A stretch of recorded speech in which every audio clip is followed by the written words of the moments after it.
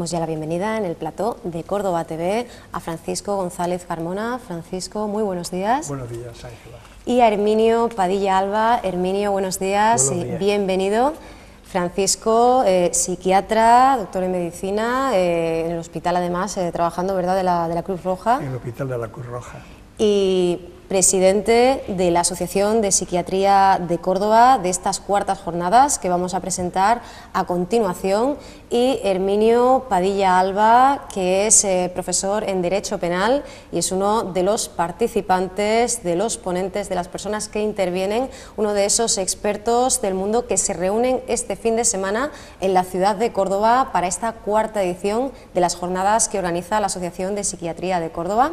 Bienvenidos a los dos. Como decíamos, nos vamos a encontrar a los máximos conocedores del ámbito de la psiquiatría, pero también de la farmacología, de la psicología, el arte y el derecho penal. Es el caso de Herminio en estas cuartas jornadas que van a tener lugar los días 22 y 23 de este mes, es decir, el próximo viernes y el próximo sábado se desarrolla esta edición de este encuentro que en esta ocasión versa sobre la violencia trascendiendo el momento presente, la violencia como una noción que requiere una redefinición en este momento y además en todos sus sentidos.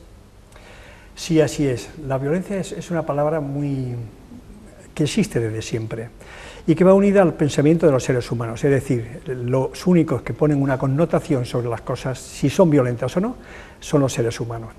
De hecho, pues un animal cuando en mitad de la selva pues devora todavía con vida pues a un ñu, a una cebra o lo que sea, no está haciendo un acto violento, es nuestros ojos lo que lo ponen, lo que está haciendo es algo que tiene que hacer, que es para pues alimentarse. Es algo adaptativo simplemente. Claro, es muy adaptativo. Cuando un volcán, por ejemplo, explosiona, pues no es un acto violento, es un fenómeno natural. Nosotros ponemos la connotación de violencia sobre las cosas que ocurren. Violencia, a lo largo de todas las jornadas pues se va a hablar de la violencia desde distintos puntos de vista, penal, desde el punto de vista de violencia animal versus violencia humana, etcétera, ¿no? Y violencia y agresión, evidentemente, que también pues se hablará, son cosas distintas. Todos los machos de todas las especies, o la mayoría de los machos de las especies, el hombre también, tienen la naturaleza, le ha concedido pues una mayor arquitectura muscular y una mayor capacidad ósea, con lo cual pues es más fuerte, con lo cual bueno, lo que la naturaleza pues, le ha dado, pues lo usa, es más agresivo. Es decir, el hombre es más agresivo que la mujer, pero no es más violento. Yo creo que la violencia se reparte de igual manera, lo que pasa que la expresión de la violencia, que puede ser agresiva, es más machista, más de hombres y menos de mujeres, pero la violencia es igual, creo yo. Violencia que es sinónimo de destrucción, pero que también lo es de regeneración, algo que habitualmente olvidamos, ¿no? Claro. Gracias a la violencia, desde que el mundo es mundo, el hombre al parecer lleva sobre este mundo, sobre la tierra en la que estamos, lleva unos 500 millones de años. Antes estuvieron otros mamíferos y demás, ¿no? Pero gracias a la violencia, pues estamos en donde estamos, Es decir, sin violencia no es posible, sin agresividad no es posible vivir. Si alguien entra en tu país o en tu casa, pues tienes que defender, con violencia, evidentemente, y con agresividad. Lo que ocurre es que la violencia y la agresividad, cuando no están justificadas o cuando no tienen un fin protector hacia la especie, hacia la prole, hacia el grupo, hacia la familia, empieza un poco a salirse ya fuera del contexto. Pero evidentemente debemos ser agresivos, debemos ser violentos cuando esto está justificado y cuando va en beneficio de todo un concepto social, etcétera, ¿no? Incluso los sindicalistas hablan de violencia de clase, es decir, cómo quitar a una clase para poner otra que sería mejor para la sociedad, y esto pues se hace de una forma violenta, ¿no? Quiero decir que la palabra violencia se aplica ya a todo. Hay una violencia periodística, perdona Ángela, hay una violencia diplomática, violencia política, violencia de género, violencia sexual, violencia de todo, ¿no? Incluso hasta hay literatura violenta, cine violento, en fin, ¿no? Arquitectura violenta, ya la palabra violencia y violentación pues se aplica prácticamente a muchas cosas que no tienen que ver nada con el concepto original de lo que violencia era o agresión era. La Organización Mundial de la Salud define la violencia como el uso intencional de la fuerza o el poder físico, de hecho, o como amenaza contra uno mismo, otra persona o un grupo o comunidad que cause o tenga muchas probabilidades de causar lesiones, muerte, daños psicológicos, trastornos del desarrollo o privaciones. Dado este espectro tan sumamente amplio, es lógico que se requiera, ¿no?, de una definición, de una reorientación, sobre todo porque la propia comunidad, la propia ciudadanía utiliza el concepto quizá a veces con demasiada ligereza, ¿no?, con poca exactitud. Sí, claro, la palabra violencia es aplicada para muchas cosas. La cuestión es que el cerebro de los seres humanos, desde que se originó, y además desde que venimos en una escala filogenética, venimos al parecer de esos primeros peces que salen del agua, se arrastra sobre el fango y las aletas superiores ya se transforman un poco como en miembros sobre los cuales caminan, van evolucionando, etc. Bueno, pues, y la agresividad es necesaria, es decir, para la supervivencia. Y entonces el ser humano, al parecer, una de las teorías más interesantes que hay sobre la evolución del cerebro, el cual ha llegado a donde estamos ahora, ¿no? Pues hay un primer cerebro que es un cerebro propio de los reptiles, de las serpientes, de los dinosaurios, vamos a decirlo así, de hace ya 300 millones de años, que es un cerebro que únicamente sirve, pues, para la supervivencia, es decir, es un cerebro que no tiene piedad, evidentemente, y que a lo que se dedica, pues, es a la caza, a supervivir, y que sirve, pues, para esas cosas que son necesarias, que es, pues, la reproducción, que el corazón funcione, que funcione el aparato digestivo, que funcione el aparato muscular para la huida o el ataque, y poco más, ¿no? Sobre este primer cerebro se instala lentamente un cerebro que es un cerebro emocional. Entonces ya surgen las emociones, ¿no? Es decir, mientras que una víbora, por ejemplo, o una cobra, pues se come al pobre conejo y le da lo mismo, no tiene emociones para nada, ¿no? Se lo come y se acabó, es decir, cumple con lo que tiene que hacer, pues de pronto aparece un cerebro un poco ya mamífero, donde ya aparecen las relaciones entre lo que es la violencia, desde el punto de vista humano, es decir, la caza y la captura, con el gusto de las cosas, con lo cual ya se van mezclando. Aparece el gusto por el apareamiento, aparece el gusto, ya aparece un pequeño grupo familiares, las parejas se hacen estables un poco y demás, ¿no? Un segundo cerebro. Y finalmente aparece el tercero, que es el de los mamíferos superiores, que ya es un cerebro en donde el raciocinio debería estar por encima de estos dos otros. No es verdad. Es decir, todavía nuestro cerebro funciona un poco de forma reptiliana, de forma como serpientes, ¿no? Es decir, muchas veces lo que nos interesa en la supervivencia es, pues, cómo comer, cómo tener relaciones sexuales más o menos, cómo estar bien, y bueno, y lo demás, pues no pasa nada. El cerebro más importante, que es el racional, que es nuestra área frontal, pues la verdad es que da la impresión a veces de que es un cerebro que se nos ha llegado no sé cómo, y que debería estar hecho para utilizarlo ahora, pero posiblemente es un cerebro que se ha antecedido al tiempo y que empezará a funcionar para dentro de 1000 años, o 2000, o 1 millón, no lo sé, ¿no? Pero realmente todavía no es un cerebro que esté en un funcionamiento constante, sino que los otros dos funcionan con mucha más presteza y más rapidez de lo que funciona en nuestro cerebro racional. No sé si me explico bien, ¿no? Sí, perfectamente. Lo hemos entendido muy bien dentro de esa definición a la que hacíamos referencia hace un momento por parte de la Organización Internacional, de la Organización Mundial de la Salud, entendiendo o tomando como perspectiva, ¿no?, como criterio al ejecutor de esa agresión. Nos habla de 3 categorías: autoinfligida, interpersonal, colectiva, y nos plantea 3 focos dependientes de la naturaleza de la acción: el sexual, el físico o el psíquico.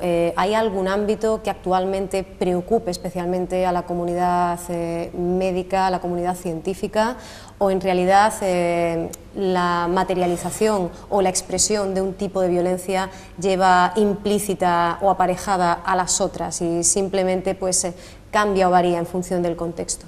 ¿Qué nos preocupa más hoy día desde el punto de vista de la psiquiatría? Yo creo que en general el ser humano es un hombre bueno, hombre-mujer, Cuando digo hombre me refiero a todo, ¿vale? El individuo. Cuando digo niños, niñas, ¿no? Sí. Para no dilatar el tiempo. Yo creo que el ser humano es bueno, en general. Pero esta bondad, es decir, el concepto de ser dadivoso, de ser bondadoso, cambia un poco de acuerdo a la geografía donde me encuentro. Es decir, pues no es lo mismo la Europa que tenemos, que es una Europa muy evolucionada desde un punto de vista ético y social y político, en teoría, y tanto el mundo occidental, me refiero a Europa y Estados Unidos, ¿no? Como otros sitios en donde la violencia estaría vista, que se ejerce allí y que no tiene ningún interés, estaría vista como una gran violencia dentro del mundo occidental. Por ejemplo, pues hay países donde los niños no tienen, viven un poco en la calle, los padres no les protegen o no pueden protegerlos, existe un maltrato a nivel doméstico entre hombres y mujeres, pero que es considerado en aquellos países como muy normal. Porque, ¿qué es normal? En psiquiatría hay una cosa que es muy interesante. Normal es lo que ocurre, lo que abunda, Vale.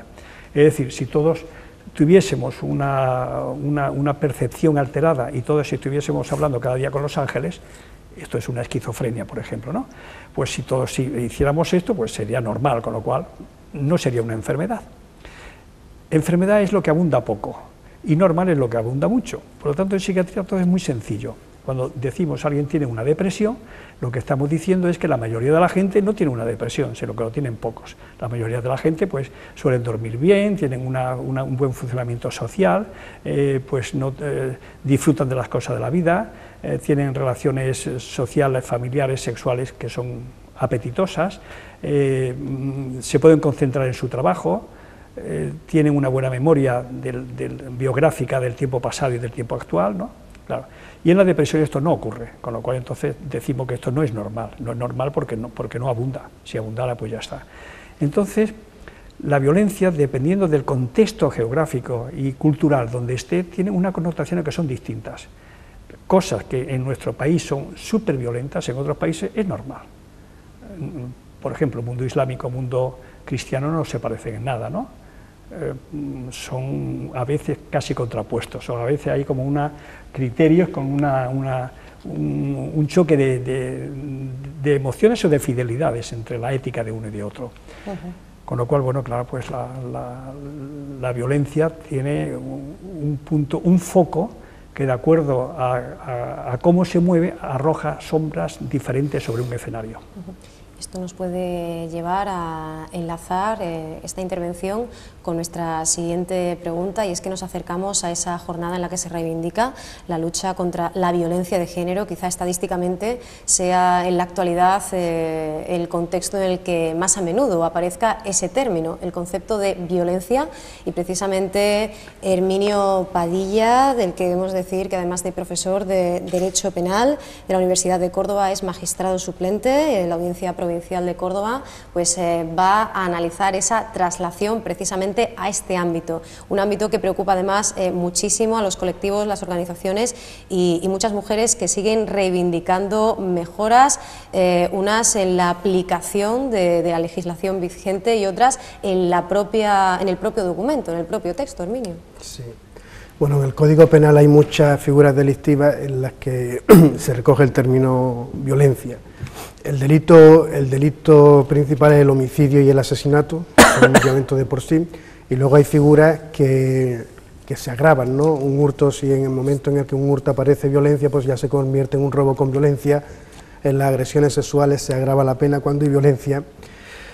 Hasta el año 2004 no se produce, con la Ley de Medidas de Integración contra la Violencia de Género, la Ley 1/2004 de 28 de diciembre, no se produce esa discriminación positiva a favor de la mujer en la que se va a agravar la responsabilidad penal cuando el sujeto pasivo, la víctima, es la mujer y el sujeto activo es el hombre. La ley se aprueba en el año 2004, las estadísticas entre el año 2002-2008 de denuncias presentadas por mujeres víctimas de violencia de género pues aumentaron en el año 2002, creo que estaban en torno a las 40, son cifras más o menos genéricas, pero por ahí no me acuerdo del y pico, entre 40.000 y pasaron a 60.000. En el 2012 el Observatorio de Violencia de Género y Violencia Doméstica del Consejo General del Poder Judicial pues cifra las denuncias en unas 130.000, o sea, ha sido abismal, ¿no?, el salto que ha habido. Es un problema que afecta a nuestra sociedad. En el mundo islámico es que no se puede hablar porque la cosificación de la mujer es la que... No, porque el problema de la violencia de género es un problema machista, ¿no?, en el que el tipo penal se va a aplicar siempre que la lesión del bien jurídico sea la que sea la vida, aunque en homicidio y asesinato no hay ninguna figura agravada por violencia de género, pero sí hay el delito de maltrato, el delito de violencia habitual, las amenazas, las coacciones. Se va a agravar siempre que los tribunales entiendan que hay esa posición de dominio del hombre sobre la mujer. La frase está tan vulgar que todos hemos escuchado en muchas ocasiones, pues la maté porque era mía, ¿no?, o tú para mí o para nadie. Entonces sigue siendo un problema. En el 2004 se especializan los juzgados, o sea, se crean específicamente los juzgados de violencia sobre la mujer. En la audiencia provincial, hasta enero que se van a especializar las salas, pues ahora mismo la sección primera es la que lleva el tema de violencia de género, y en contra de lo que pueda parecer a la opinión pública, pues en el 2012 la estadística del Consejo General del Poder Judicial cifraba en casi un 70% los casos que al final terminan en condena. Desde luego son los delitos ahora mismo que yo creo que más nos preocupan. Y además con el incremento de personas cada vez más jóvenes, ¿verdad? Y bueno, y dentro de un ciclo de violencia que es a su vez, por desgracia, un pasillo con muchas puertas a otros tipos de violencia, con esos daños colaterales en forma de menores, por ejemplo, ¿no? Sí, bueno, lo que pasa es que violencia de género es una cosa y violencia doméstica es otra. Claro, la violencia pero como estamos doméstica en el ámbito de la violencia, dentro, ¿verdad? Claro, la violencia doméstica es dentro ya del núcleo familiar, que efectivamente se aplica sobre descendientes. Pero no se establece esa diferencia de pena, solo se establece cuando la mujer es la víctima, el sujeto pasivo del delito. Se ha dicho, y claro, es más que discutible, ¿no?, pero hay juristas, y entre ellos también hay jueces, que dicen que la legislación actual es un poco yo sé que a lo mejor el colectivo feminista pues no, porque a lo mejor quiere más mano dura, pero que se ha dicho y se ha escrito y se ha publicado que la legislación que tenemos ahora también puede tener un efecto criminógeno, de llevar, porque claro, en el momento en el que un hombre es denunciado por una mujer, pues inmediatamente es detenido, los cuerpos y fuerzas de seguridad, sea policía local o policía nacional o guardia civil si es en un pueblo, pues actúan según su protocolo, al sujeto lo esposan, entonces que tiene esa complicación. Luego acaban en condena, o sea, se han convertido en comportamientos que solo son faltas, o sea, el mero maltrato, por eso habla de violencia no solo física, sino también violencia psíquica. Tú has dicho que la violencia es hombre y mujer más o menos igual, es verdad que la física solo el hombre, a lo mejor la psíquica a lo mejor la mujer, pero de hecho estadísticamente, y está comprobado, las víctimas son casi siempre mujeres. Hay algunas condenas a lo mejor en que la víctima es hombre, en la que no se establece ese trato desigual en la pena, pero que es un problema que afecta a la mujer. Entonces, cuando a un hombre, yo esto, lo digo porque lo he leído, ¿no?, cuando a un hombre, pues lo esposan, lo detienen, hay un problema de denuncia y de acusación y denuncia falsa, un problema de separación, aunque el Consejo General del Poder Judicial en un informe del año 2012 pues lo ha negado, pero que es una realidad que está ahí. En el año 2004 la jueza decana de Barcelona pues fue la que sacó el tema a la palestra, ¿no?, que en proceso de separación se utiliza el tema de la violencia de género para conseguir algún tipo de ventaja patrimonial. Entonces puede pasar que a un señor lo detienen, lo pueden condenar, aunque el problema de las condenas, muchas veces termina en sobreseimiento porque hay que ver el caso concreto, pero lo condenan, lo separan, le quitan la pensión, tal, pues al sujeto se le puede ir en un momento determinado la cabeza y en cuanto sale, yo creo que el derecho penal hay que actuar de forma contundente. Me parece bien que esté esa discriminación positiva, o sea, yo lo digo porque me parece bien que tenga que estar, pero que el problema de violencia de género no solo es derecho penal, sino que hay que actuar preventivamente, y esto lo saben mejor que nadie los psiquiatras, ¿no?, que desde cuando son pequeños hay que crear en un ambiente de igualdad. Y la familia es clave, no solo ya la educación en general, sino el ámbito, ¿no? En cuanto hay reparto de roles, de la niña, pues tú la casa, tienes que aprender a cocinar, tienes que saber hacer la cama, tu niño tú no tienes que hacer nada. En cuanto hay ese reparto ya de roles, pues ya se está discriminando y seguramente el niño pues termine siendo un machista. Yo creo que así el psiquiatra que diga lo que quiera. Esto da entrada a uno de los temas apasionantes que hay, ¿no? ¿El cerebro de la mujer y el cerebro del hombre son iguales? En realidad ningún cerebro es igual, quiero decir, ni entre hombres ni entre mujeres.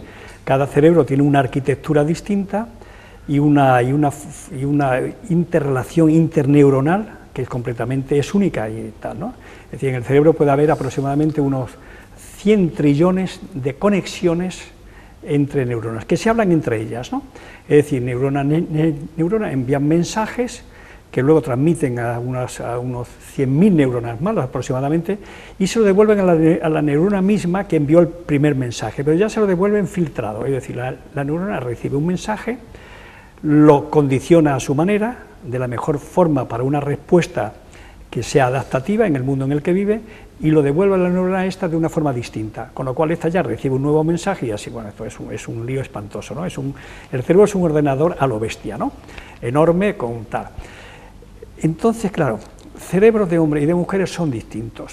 A mí me parece, es una forma de ver, Herminio, con todos los respetos, a mí me parece que educar a chicos y chicas igual no tiene mucho sentido, porque emocionalmente somos diferentes. Es decir, ante la misma percepción, ante la misma figura, hombres y mujeres organizamos dentro del cerebro una imagen que es diferente.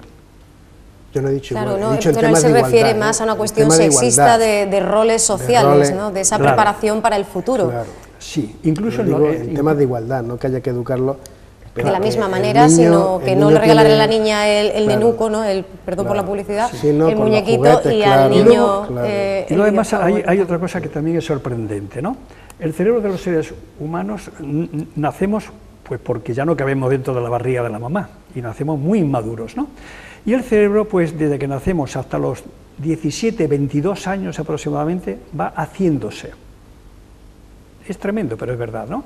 Es decir, las células, neuronas, van creciendo, van naciendo nuevas y van migrando de un sitio a otro hasta que encuentran un sitio donde tienen que estar para ejercer la mejor de las funciones dentro del cerebro. Pero si una neurona se equivoca y no va a su sitio, automáticamente hay un fenómeno que es la apoptosis, automáticamente es asesinada, es decir, aquí no estás y aquí no vales para nada, se la matan y se acabó, vale, le meten calcio, revienta y nada. Es decir, la naturaleza misma ya hace dentro del cerebro, estoy hablando, en el cerebro, Si algo no vale, pues oye, no vale, pues no vales, ¿no?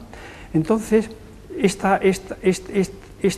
progreso cerebral dentro del cerebro es hasta los 17 o 18 años, pero todas las conductas parece que son aprendidas entre los 7 y los 9 años de vida, de tal forma que ahí hay como una especie de impronta, un sello en el cerebro de los niños, niñas, ¿no? Que quedará y pervivirá para siempre. Y la pregunta es, ¿quién educa a los niños generalmente hasta los 7 u 8 años? Las mamás. Las mamás. Es decir, se dice educación materna, lengua materna. Nadie dice lengua paterna.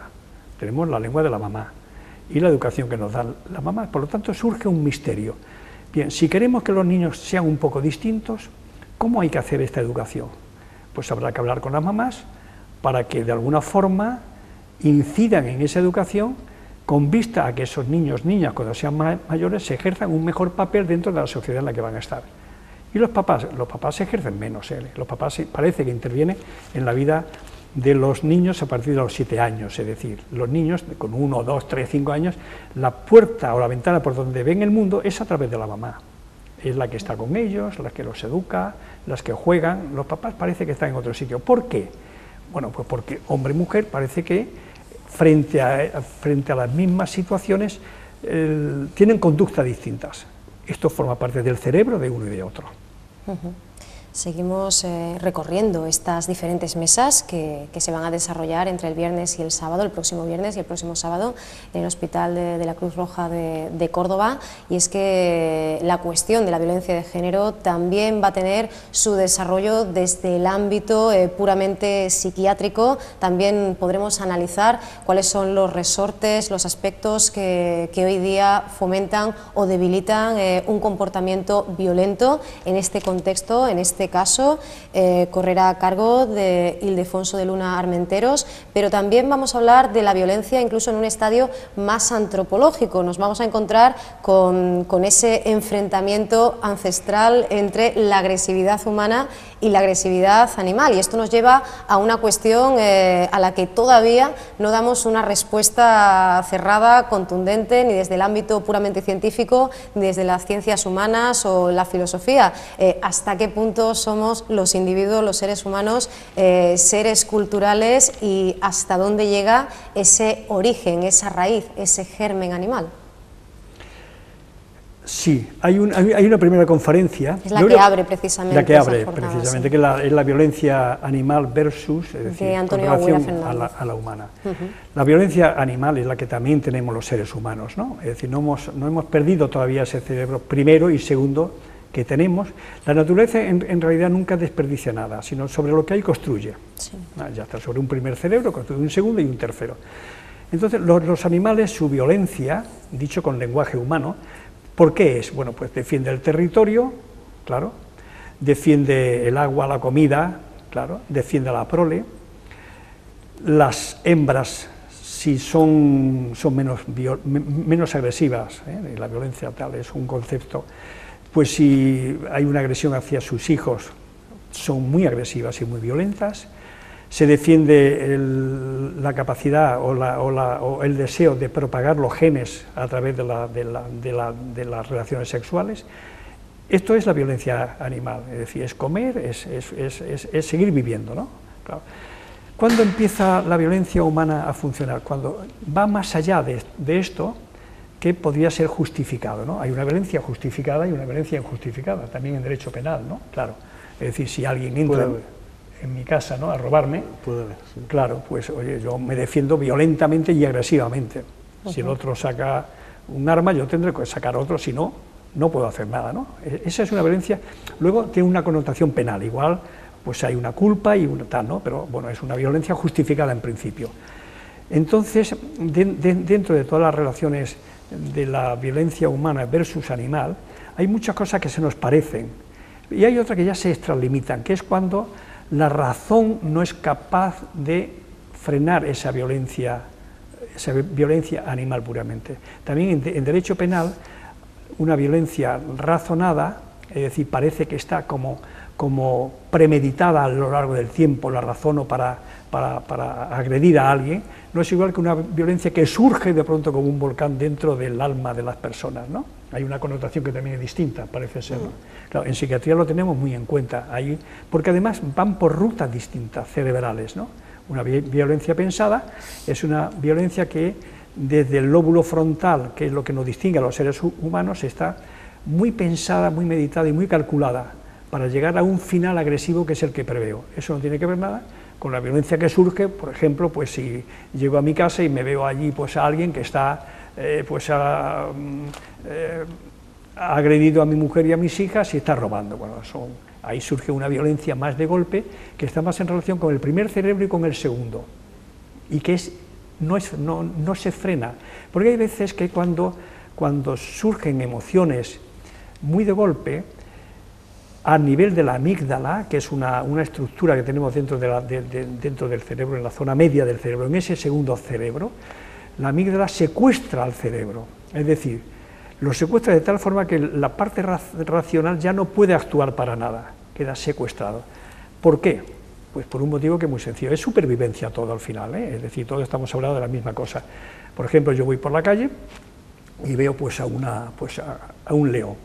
Si yo me paro a pensar, pues esto es un león, seguramente que va a venir a comerme, tengo que hacer algo porque quiero subir. Bueno, el león llega y ya me ha comido, Tenemos un mecanismo mucho más rápido, que es a nivel amigdalar. La amígdala secuestra el cerebro y automáticamente envía una orden. veo al león y salgo corriendo, porque si me paro a pensar, soy devorado. Esto forma parte del primer cerebro que tenían nuestros primeros, hace 500 millones de años, donde los hombres tenían que ser muy ágiles y además tener una centralización de todo, una focalización de las emociones, porque si me paro algo, pues ya no existo. Por lo tanto, el cerebro racional es algo que debería estar, pero no siempre está, Es decir, nuestro primer cerebro y el segundo, que no son tan racionales, todavía tienen un gran peso dentro de nuestras emociones y nuestras decisiones. También, asimismo, hablaremos de otros tipos incluso de violencia, como la violencia diferida, ¿verdad? Un concepto que seguramente a muchas personas que nos estén viendo pues les resulta extraño, ¿no? Alejado y seguramente mucho más próximo de lo que piensan.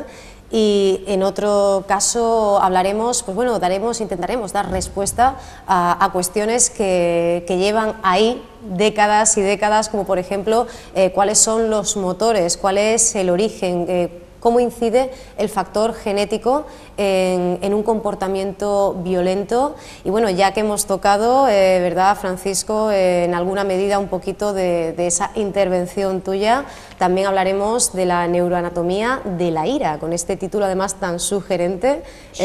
Vamos a tocar, los neurotransmisores, el cerebro límbico, en fin, cuáles son esos elementos que actúan a la hora de desarrollar, de exteriorizar, de expresar un comportamiento violento. Sí, la neuroanatomía de la ira es el tema que yo desarrollaré. Es, al final, los caminos neuroanatómicos, es decir, las carreteras o las autopistas por donde viaja la ira, que es el furor, es la agresividad, es la violencia, todas estas cosas, es el amor también, evidentemente, son los celos, son los caminos por donde viaja. Y es decir, por esta autovía viajan todos los coches, ¿no? Mientras más grande es la autovía, más coches pasan. Esto es un problema educacional, es decir, a los niños, mientras se les educa de una forma, emocionalmente, de una forma o de otra, esas autopistas son más amplias. Esto es porque, si sobre las emociones, por ejemplo, desde pequeños los niños reciben una única opción sobre qué hacer si la mamá se marcha con otro señor, y la respuesta siempre es: la mamá debe ser maltratada o asesinada, en fin, estas cosas que se decían hace ya muchos años, ¿no?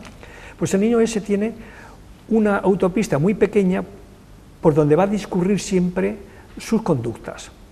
Si a ese niño, a otro, pues se le dice: no, bueno, mira, ante una situación así, pues hay que hablar, y a lo mejor pues esto es por algo, o a lo mejor es que ya no quiere al papá o no quiere a su pareja, o bueno, la pareja, en fin, esa autopista tiene más opciones para que nuevos coches con distintos conceptos viajen por ella. Por lo tanto, en las autopistas por donde viajan todas las emociones no son iguales en todos los seres humanos, son distintas, y eso es una construcción que se hace educacionalmente. Y la genética, que es la pregunta que también hacías, ¿no? ¿En qué interviene? Parece ser, hay un tema muy interesante que creo que es la penúltima de los temas a tocar, que es la farmacogenómica, es decir, de qué forma los genes intervienen en la conducta que vamos a tener. Evidentemente, en esta vida heredamos todo, heredamos los coches, las casas, pero también las enfermedades y también las conductas, es decir, padres violentos, pues parece que hijos violentos, ¿no? Pero eso no es todo, no es verdad, ¿no? Si yo dijera que esto es verdad, no es toda la verdad. Luego interviene una educación, que es lo que estamos diciendo constantemente. Pero parece ser que la genética es muy importante. Ocuparía, de acuerdo a estudios de la neurociencia, de la psicopedagogía, de la psiconeurología, etc., parece que la genética interviene en un 40%, es un porcentaje muy alto, ¿no? Y el resto, un 30% aproximadamente, pues sería la educación. Pero claro, esa genética, esa carga genética, hay estudios muy importantes sobre familias en pueblos o en ciudades o en barrios que son muy agresivas, Vale. De tal forma que hay familias que un 10% del grupo de todo un barrio desarrollan el 50% de todos los actos violentos. Con lo cual, si yo pertenezco a ese grupo, pues tengo muchos números a la lotería para que me toque la violencia. Pero luego esa genética puede ser modulada y puede ser adiestrada por una educación que hace que esos actos violentos no lleguen al final gracias a una educación que ha recibido. Por eso mismo insistimos siempre que la educación es muy importante y forma parte de la preparación para un mundo futuro, no ya de ese niño, sino del mundo donde vamos a vivir todos.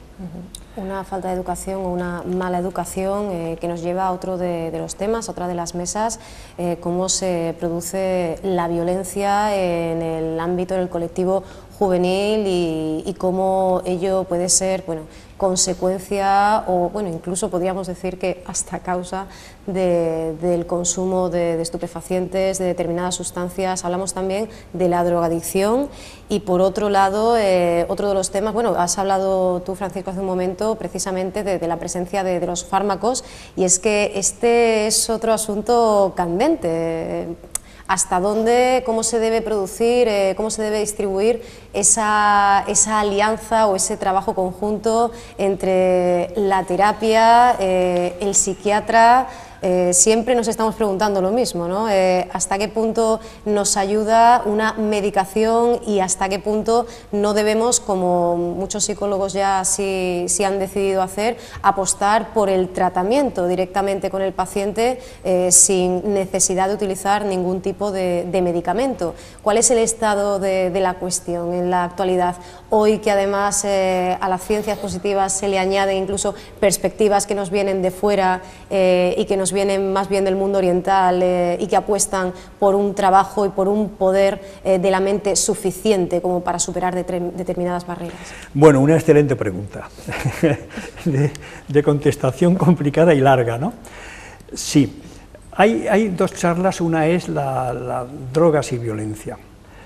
Las drogas, sobre todo mientras se consumen más precozmente, pues generan una alteración del cerebro mismo, de la arquitectura del cerebro. Es decir, no es igual empezar a consumir cannabis, por ejemplo, los porros, para que nos entiendan la gente. No es igual empezar a consumirlo o consumir alcohol con 13, 14 años o con 12, que empezar a consumirlos con 25, de acuerdo a lo que decíamos antes, que el cerebro está hecho del todo hacia los 20-25 años aproximadamente, ¿no? No es igual. Mientras más antes empieces, esa arquitectura cerebral no podrá desarrollarse, con lo cual van a quedar residuos emocionales o residuos que van a hacer luego que los comportamientos cambien y no sean iguales, ¿no? Esto es por un lado, y esto es una charla que la da Natividad Molina, muy interesante. Otra charla es sobre los fármacos. Cuando el cerebro nuestro, el tuyo, el mío, el de todos los que estamos aquí, ¿no? Nuestro cerebro fabrica antidepresivos, fabricamos ansiolíticos, fabricamos tranquilizantes, nuestro cerebro, igual que nuestro cerebro, es decir, entonces, por el motivo que sea, aparece una depresión de estos, es decir, dejan de fabricarse, ¿no? Ocurriría igual, por ejemplo, en una diabetes, Yo voy a un médico y digo, ¿qué me pasa? Y me dice, pues lo que usted tiene, pues hace mucho pipí, bebe mucha agua, tal, tiene el azúcar muy alto, lo que tiene usted es una diabetes. Digo, ¿y qué hago? Y me dice el médico, pues muy sencillo, su páncreas no fabrica insulina, yo se la doy. Ya está. Entonces deja usted ya de ser diabético. Evidentemente, me tengo que poner o inyecciones de insulina cada día, puesto que mi páncreas no lo fabrica, o debo de tomar pastillas para esto mismo, ¿no? El cerebro con frecuencia ocurre exactamente igual, dejamos de fabricar sustancias que deberíamos de fabricarlas y no las tenemos dentro. ¿Qué hacemos los médicos? Pues las damos, nada más, Muy sencillo ahora cómo funciona todo esto. ¿Esto es todo? No. Hace ya muchos años con Freud, decía una de sus discípulas, que era, me parece que era en la historia de O, aparece, una chica, me parece que era austríaca, una mujer muy culta, muy jovencita, hablaba 5 o 6 idiomas, etcétera, ¿no? Y decía, yo lo que quiero, y que la trataba en aquel tiempo el doctor Freud, el doctor Freud, ¿no? El doctor Freud no trató a más de 5 pacientes, pero era un maravilloso escritor y un pensador genial, ¿no? Y decía la chica esta, decía, pues yo lo que quiero es que venga el doctor Freud para la cura de hablar. Es una maravillosa palabra, ¿no? Es decir, la palabra cura con frecuencia en algunas cosas lo mismo que un psicofármaco. De ahí que los psicólogos tengan un gran campo junto a la psiquiatría. No es verdad que los fármacos sean todos, ni tampoco es verdad que la palabra sea todo. La ayuda de uno y de otros es muy importante. Con lo cual, claro, entonces la relación que existe entre todas estas cosas para hacer que la violencia sea menor, pues es mejor. La violencia al final de la historia, ¿qué es? Pues es un fracaso de nuestro lóbulo frontal, es decir, no sabemos racionalmente parar la violencia, primera explicación. Y la segunda es que debe de haber por ahí circuitos que están mal dirigidos, o circuitos cerebrales, o neurotransmisores del tipo de serotonina, que es un gran pacificador, o del tipo de dopamina, que está muy en relación con todos los placeres, con el placer de la sexualidad y con el placer también de las adicciones, ¿no? Debe haber desajustes o rutas que cambian su origen, de tal forma que se monta un pequeño jaleo dentro del cerebro, y eso evidentemente también da lugar a la violencia. Una violencia que incluso vamos a poder ver en el mundo del arte. Yo recordaba cuando conocía que también íbamos a incluir una mesa sobre este tema, pues esa línea de investigación ya en su momento tan tocada precisamente por Kay Jamison, con su Tocados por el Fuego, también con aquella mente inquieta de la que ella hablaba, apasionante siempre y todavía no concluyente esa conexión entre la creatividad y el trastorno mental. ¿Qué papel juega aquí también la violencia y cómo interactúa con esa expresión artística, ¿no? Un campo que todavía tiene mucho camino por recorrer. Claro, Goya es uno de los grandes representantes de la violencia. Goya es Saturno devorando a sus hijos, terrible, ¿no? Hay cuadros maravillosos donde la violencia está ahí. Goya vuelve otra vez con él, los fusilamientos, ¿no? Pues tal. Es decir, cómo los pintores saben llevar, igual que los fotógrafos, ¿no? Hay muchos premios Pulitzer que son sobre las guerras que han ocurrido, una fotografía que se dice que impacta y más que 100 palabras, no es verdad del todo, pero hay que creerlo, pero cómo la fotografía, el arte y demás, la impresión, pues hace. Van Gogh también es uno de los locos prodigiosos que tenían, parece que tenían una esquizofrenia, pero bueno, tenía unos colores que al paso del tiempo pues han resultado ser de una genialidad extraordinaria y representan los mejores museos del mundo occidental. Bueno, pues yo creo que debemos asistir, que debemos estar ahí en estas jornadas que, como decimos, se van a desarrollar a lo largo de los días, viernes y sábado, 22 y 23, en unos días escasos. No sé si todavía hay tiempo para hacerse con esa inscripción, si queda alguna plaza libre y, en cualquier caso, ¿qué debemos hacer para asistir? Bueno, estamos en relación este año por primera vez con una filial de congreso, no sé el nombre como se dice, es decir, que saca adelante el congreso en cuanto a las inscripciones, cómo hacerlo, toda esa articulación que hay dentro de una jornada que son tremendas, ¿no?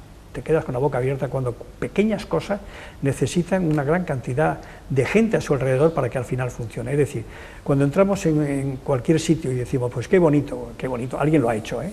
Aquí no hay nada gratis en esta vida. Entonces, esta central de congreso es fase 20, me parece que está puesto en el programa, que está en Granada. El próximo año lo cogeremos aquí en Córdoba. Hemos llegado tarde, porque aquí en Córdoba hay extraordinarias también empresas que son parecidas y que sacarían el congreso adelante.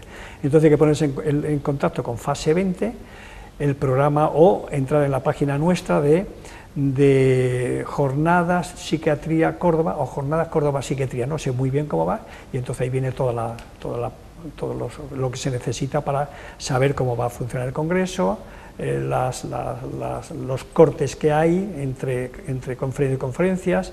Hay unos lunch nos sirven pues zumo de naranja o zumo de tomate, zumo de tal, con unos pequeños aperitivos para que no nos desmayemos oyendo tanta violencia y y tantos profesores y tanta gente importante hablando sobre esto, ¿no? Un asunto complejo y, bueno, prismático, lleno de aristas, donde los haya, que a todos nos incumbe, Herminio. No debemos faltar, ¿verdad?, ni a esas mesas sobre violencia de género, ni a todas las otras que hemos tratado de enumerar rápidamente.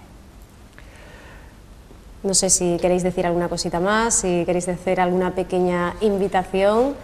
Por supuesto, caso, Ángela, estás invitada, claro, no cabe duda. Y se celebran este año, igual que hace 2 años, se celebran en el hospital donde yo trabajo, que es el Hospital de la Cruz Roja. El salón de actos que tenemos es muy bonito, es de muy pequeña cabida, caben unas 100 personas aproximadamente. Yo creo que debe estar lleno, ¿no?